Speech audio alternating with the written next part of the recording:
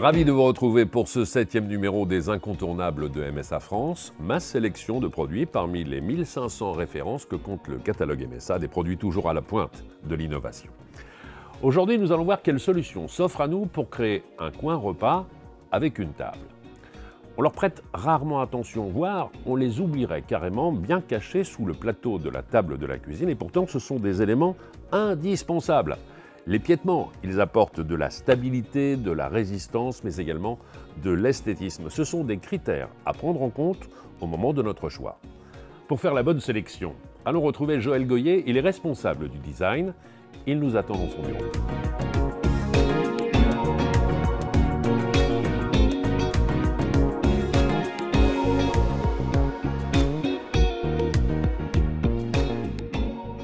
Joël, bonjour, je suis ravi de vous retrouver et en votre compagnie aujourd'hui chez MSA France, nous allons parler de pieds.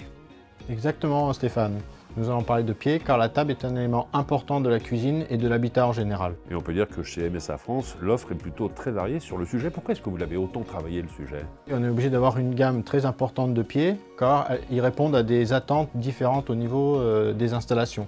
Nous avons des tables indépendantes, des prolongements d'îlots, des retours de snacks, donc on doit couvrir une grande variété d'applications très différentes. Je sais que vous proposez des tailles et des hauteurs différentes en ce qui concerne les pieds. Oui, pour les pieds, nous avons 3 hauteurs différentes standards, on va dire.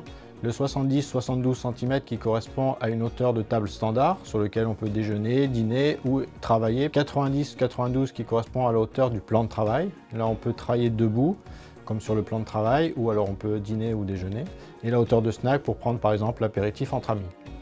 J'imagine que lorsque vous travaillez sur la création d'un nouveau pied chez MSA France, vous prenez en considération ce que vous venez de me dire, à savoir la fonction première, pour quelle utilisation je vais avoir besoin de telle ou telle hauteur.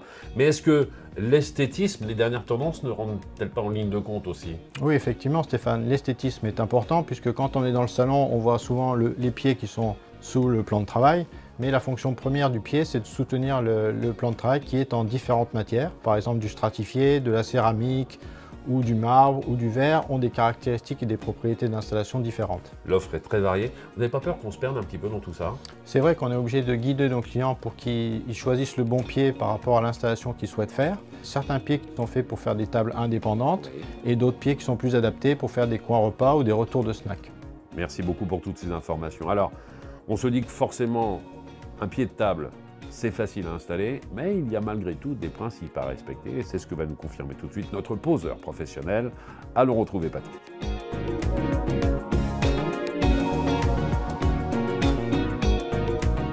Patrick, en ce qui concerne les piétements, on voit bien que l'offre chez MSA France est diverse, variée, des hauteurs, des tailles, des formes différentes. Mais avant tout, pour faire le bon choix, il faut que ce soit un accord entre le concepteur et le poseur. Oui, il y a des contraintes. Justement, on revient toujours sur le problème du matériau, suivant ce qu'on va mettre comme matériau. Je ne sais pas si vous voyez, là, par rapport à la largeur, on est assez large et on est sur un angle droit. Donc on peut mettre un granit et une céramique, mais là, par contre, c'est pas vissé, c'est collé. D'accord, oui, c'est ce que je voyais ici, il y a de la colle. C'est une colle spéciale, oui. On fait colle et vis en plus pour non, vraiment... Non, que colle. Mais après, il faut le laisser sécher pendant 48 heures. Et ça bouge pas? Ah non, pas du tout. Vous en avez posé depuis combien d'années maintenant? Oh, ça fait 37 ans. C'est jamais tombé? Non. Bon, c'est plutôt assez rassurant. Alors, il y a une pièce aussi qui a été mise en place et inventée par MSA France et que je trouve plutôt très astucieuse, c'est celle-ci. Tout à fait, oui. Plus cela va, et plus effectivement les plans de travail sont importants, les îlots centraux, les barres, oui. etc., etc.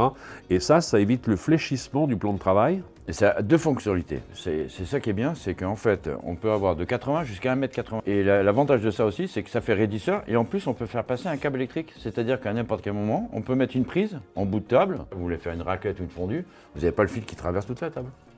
Et on voit bien, Patrick, que vous êtes toujours au fait de l'actualité des nouveaux produits qui sortent. C'est l'importance de faire appel à un professionnel lorsqu'on décide de réaliser une table de cuisine ou de faire un plan de travail. Ça, c'est joli aussi. Hein. Ah ben ça, celui-là, c'est mon coup de cœur.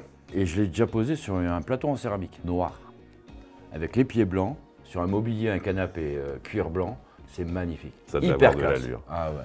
Merci beaucoup Patrick pour tous ces conseils. On va retrouver maintenant ces différents produits en application. Nous retournons du côté de Gassin, côté de Saint-Tropez, chez Maison Brune.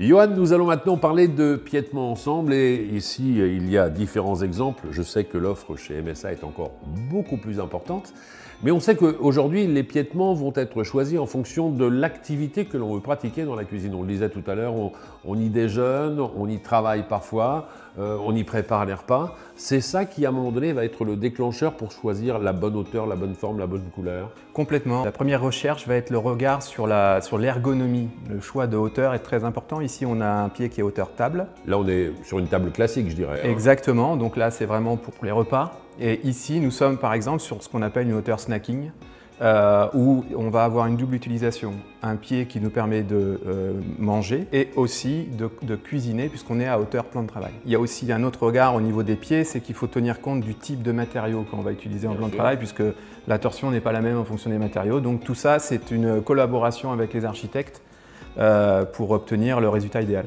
Pensons à la cuisine de demain. Il est vrai qu'aujourd'hui, la table de salle à manger, elle disparaît de plus en plus.